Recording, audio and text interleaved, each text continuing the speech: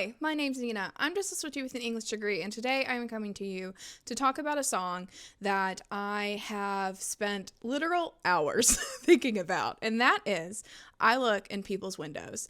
This song, almost more so than any other, I have found connections to other songs, and while I've been digging through it, I am just thinking about the events that happened in 2023, and let's talk about it because I think there is a ton of information packed into this very short, very thorough song, and I think that we should talk about it. And if you're new here, hi, my name's Nina. Again, I am a Swiftie with an English degree, and on this channel, we deep dive into Taylor Swift lore. We look at the imagery, the lyricism. I really love nothing more than to look at the lyrics for the poetry that it is. I am an English major, so I deep read it like I would poetry, and if you're interested in that kind of thing, don't forget to like and subscribe because we have a ton of songs that we still need to talk about. And let's get started with I Look in People's Windows.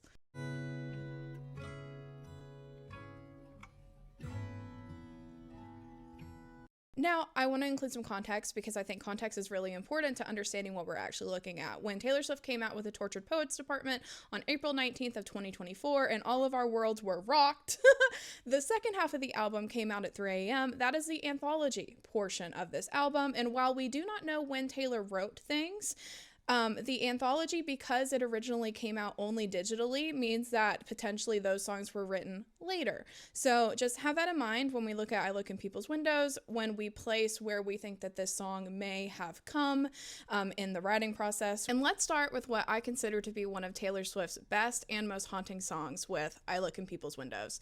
The first line is, "I had died the tiniest death." I had died the tiniest death. And I have to automatically already stop it here because when she is referring to the tiniest death, I really suspect that she is referring to le petit mort, which actually means a little death. And that has a historical meaning to it and has shown up in literature and things. It's like a French term literally meaning little death.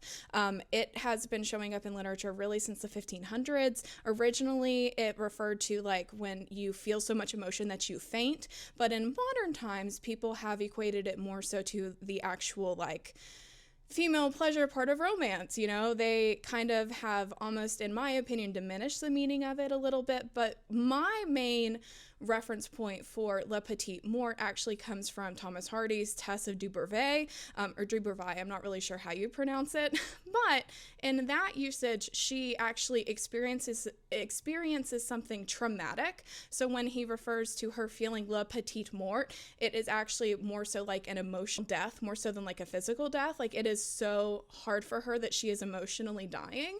So when I look at the tiniest death, the smallest death, I am seeing all of these meanings for it. I am seeing that she just felt something that was so emotionally hard for her and so emotionally big that she felt as if she had a physical death or a emotional death. The tiniest death, the smallest death, le petit mort. And other references to le petit mort also states that it is a state or event that resembles death. So I don't think that it is as simple as saying like, oh, this is just like romantic pleasure, like, no, like I think that this meaning, this tiny death is all of these things. It is a emotional death. It feels as painful as a physical death. And it is just like a state of, I think, undoing. I've talked before how I really think that one of the best things about Taylor's writing and lyricism is that she is so good at showing things to us and not just telling it.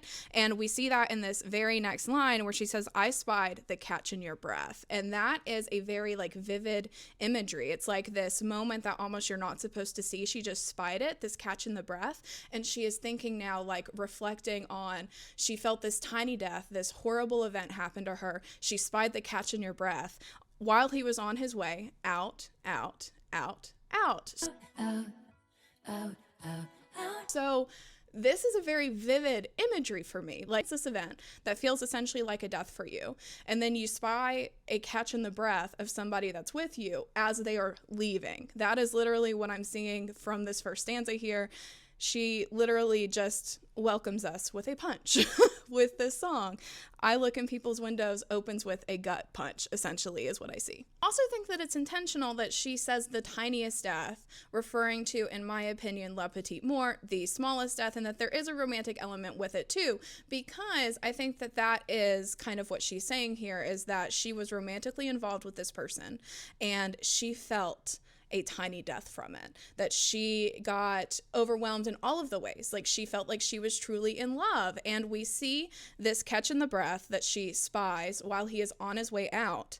And this next line is, Northbound, I got carried away. Northbound, I got carried away. And when I read Northbound, I got carried away after seeing this reflection of this person leaving, it immediately throws me back to May 20th of 2023, when Taylor is on the Eras tour and she, during the surprise song set, tells the audience that her life has never made so much sense before, and she has never been happier in all aspects of her life. Never been this happy in my life, in all aspects of my life, ever before. To me, when I look at this lyric and I see her saying Northbound, I got carried away, I remember this moment and I think she truly did feel like everything made sense.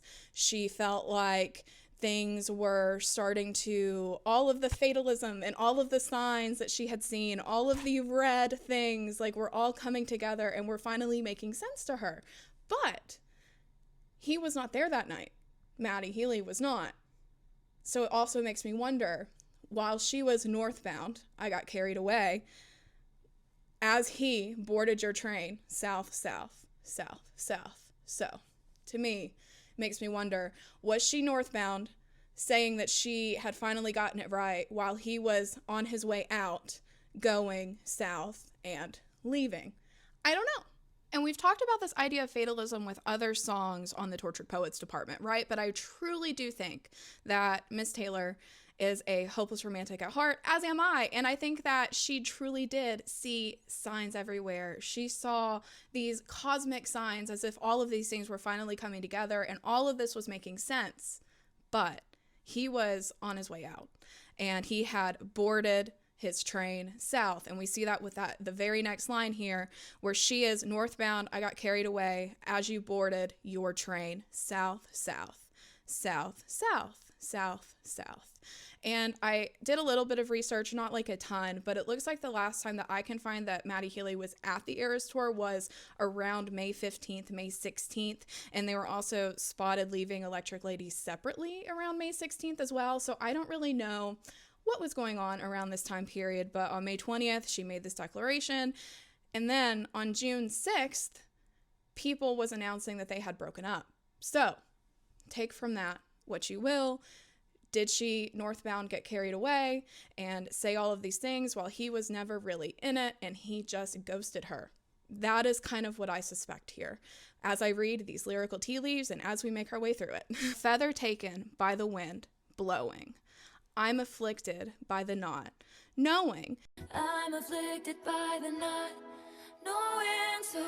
And here I see that she is reflecting and using this feather as imagery. Like, that is how quickly everything got carried away. That is how quickly all of this was just ripped away from her. As easy as a feather in the wind blowing. And she is afflicted by the not knowing because she does not understand what happened. Because for her, she was northbound. She thought that everything was making sense. She was dancing when the music stopped, essentially. You know, she did not anticipate this happening. I was looking at other articles and things that had come out, which of course, you know, tabloids are going to say whatever they want, but I was seeing reports like in May that they were going to move in together, you know? So, I mean, she could have truly felt like that is where things were going. And it could have been Matty who was on his way out, taking a train south while she was on her way north. For songs on the Tortured Poets department, I know that we've also seen this allusion to him ghosting her, right? We see it in The Smallest Man Who Ever Lived, that he just ghosted you, now you know what it feels like. So she implies that she was ghosted. So I think that it is definitely possible that she did not anticipate that she was going to be left. And I even see, like, in some of the reports with People and things, that she kind of left the door open that they could, you know, like, work work things out. Like maybe when they originally like broke up, she wasn't sure if it was just, you know, forever or not. So it's very interesting to think about this. And then we get to the chorus with, I look in people's windows. I look in people's windows. Transfixed by rose golden glows. And I think that with this imagery here where she is looking through people's windows, it's a callback to Death by a Thousand Cuts, which we looked at last week. If you haven't seen that video, don't forget to watch it after this one. But in Death by a Thousand Cuts, she says, I look through the windows of this love, even though we boarded them up. So when she's reflecting on like looking through these windows, I think she's looking at like memories, looking at a past relationship, and like looking through at like what could have happened and what could have gone wrong. But in I Look in People's Windows, Transfixed by Rose Golden Glows, I think she's looking at like social media, looking at other people's windows, and she is transfixed by the rose golden glows that she sees in the lives that these people are living. And I want to point out that rose golden glows here, a rose could be red, right? So we have a red golden glow essentially. And I would also reflect that in daylight, you know, she says, I once thought love would be black and white, but it's golden. So we have a red golden glow, which also takes me back to, you know, the Tortured Poets department. You know, I will leave, confess that I waited, but I let the lamp burn. We have this glow. And for me, I think that light for her really does kind of almost represent a love, like a burning, like a glowing. It's golden, it's red. And I think that's what we're seeing here. Another reason why I think that when she is saying this specifically, she is looking at other people's lives and not necessarily speaking about her own, is because she follows this up with, after Transfixed by Rose Golden Glows, which is what she's seeing through these windows, she says, they have their friends over to drink nice wine. And honestly, like in this moment when I am looking and deep reading at these lyrics, I just get kind of heartbroken, because to me, what I think she's seeing here is she's looking at all of these happy people, all of these people on social media, all of these people who have it figured out, where she is trapped in this never-ending prophecy, right? Like she has lost him again. She was northbound. She may have gotten carried away, but he was already boarding his train south. And that is where we are in this moment. So she is looking and she is seeing all of this happiness that she cannot capture. And she continues with this with, I look in people's windows in case you're at their table.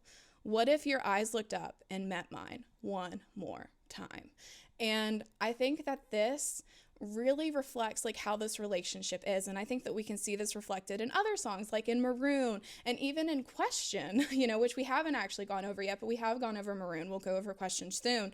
But we see these moments reflected, these vivid moments of, you know, them being together and things kind of making sense then in that moment, in that very vivid moment where their worlds collided, right? Where she was essentially down bad, brought up cosmically, this cosmic love was felt. And she says, what if your eyes looked up and met mine one more time? I think we are seeing this mention and this throwback to other moments that we see reflected in songs, right? These vivid imagery moments where she felt like everything was red, it was maroon, where it was this cosmic love that she felt like she felt. And I think that when she says, what if your eyes looked up and met mine one more time? She's reflecting on that. Like, you may be gone now, but what if? What if you see me again? And then here we have another reflection of this very specific moment. And I don't know if these are, you know, of course, at different time periods. I am, again, reading lyrical tea leaves here. But this next stanza goes, you had stopped and tilted your head. Another very specific moment with very vivid imagery. I still ponder what it meant. Now. And I think that when she is saying this, she's reflecting back on, if one thing had been different, would everything be different today? I think she's almost like bartering, like looking for little moments where she could have seen it coming. But she's reflecting, and she is reflecting on these moments that she didn't understand at the time, and now she's saying, what did I miss? And we see this also like this wondering of, if one thing had been different, would everything be different in the one? And we see that in this next line with, I tried searching faces on streets, which takes me right back to Cardigan, where she says, I'm chasing shadows in the grocery line. So to me, I think that this is a callback to those moments, you know, where you are looking for somebody else, you're chasing shadows in the grocery line, but she is looking for the one. And I think that we see that, and I look in people's windows where she is still wondering, she is still searching, she doesn't understand what happened yet. We see this again with the next line. What are the chances you'd be downtown? Downtown. What are the chances you'd be downtown? When kissing cars and downtown bars was all we needed, right? You know, there's so many callbacks into this song, and I don't know if it's just because I've been looking at these lyrics so thoroughly and she just lives inside of her own head, so of course she's going to use similar metaphors and stuff, or if it's because this is all intentional, but just we're seeing signs everywhere, okay? I might be in too deep. I'm seeing signs everywhere to other songs, and I just think, especially with this song, I was surprised to see how many little tidbits go to all of these other eras and all of these different things, because this is a very short song. There is not a lot of words here, but there is a ton packed in. And then she continues with, does it feel alright to not know me? Does it feel alright to not know me? And then she continues with, does it feel alright to not know me? I'm addicted to the if only. And this takes me right back to Tortured Poets Department, right? Where she says, who's gonna know you? So tell me, who's gonna know me? So she's asking that question, does it feel all right to not know me? She's already stated that she knew him, he knew her. Who is going to know me? Does it feel all right to not know me? I'm addicted to the if only, which again takes me back to the one with, if one thing had been different, would everything be different? I think at this point she is still wondering. She is not sure what is going on, and we see this, and honestly I am heartbroken about it. There is so much longing and hurt in this song that it's beautiful and the artistry is top notch, but I am hurting just talking about it, to be honest, because I can feel the pain. And this is how she finishes this masterpiece of the song with this final stanza. She says, so I look in people's windows like I'm some deranged weirdo. I attend Christmas parties from outside. I look in people's windows in case you're at their table. What if your eyes looked up and met mine one more time? One more time. And I think in this last stanza, she's referring to all of the times that they had met in the past and been carried away by these moments, and the depth of the feeling that she felt like she had for this person is what I am seeing reflected in here. Like, what if your eyes looked up and met mine one more time? What would happen? I think at this point she was still wondering, and I think that it's very poignant that she is saying that she is looking through people's windows like I'm some deranged weirdo. I attend Christmas parties from outside, and I think that this could be a very poignant reflection of her life with fame, right? She may truly feel like she will never be able to live an ordinary life or have an ordinary relationship or have anything real because of this glaring thing that she also asked for, right? And I think that we see this in I Look in People's Windows, and I am just absolutely in love with this song. What do you guys think? What do you guys see reflected in here? Did I miss anything? Did I miss any other call outs? I would love to hear about them. I'd just like to take this moment to tell Taylor Swift that to me, you will never be a deranged weirdo, and I would throw a perfectly normal Christmas party for you anytime and tell nobody about it. So I just wanted you to know. I can be at Nashville in an hour and a half. So that's I Look in People's Windows, one of my absolute favorite songs from the anthology. Let me know what other songs you guys want to do. I definitely want to do Questions soon, definitely want to do Peter, but there are so many songs in the discography that we can look at. If you have any questions for me or anything, leave them down below, and I will be here next week with a fresh new song for you. And if you like watching these videos, you're interested in Taylor Swift lyrics and lore, and you haven't subscribed yet to the channel, I would love it if you would subscribe. It looks like 70% of the people who watch the videos actually hasn't subscribed, so that's a little awkward, but if you want to subscribe, yay! If you don't, that's also cool. You know, I'll have a video up next week too, but I'd love it if you'd subscribe.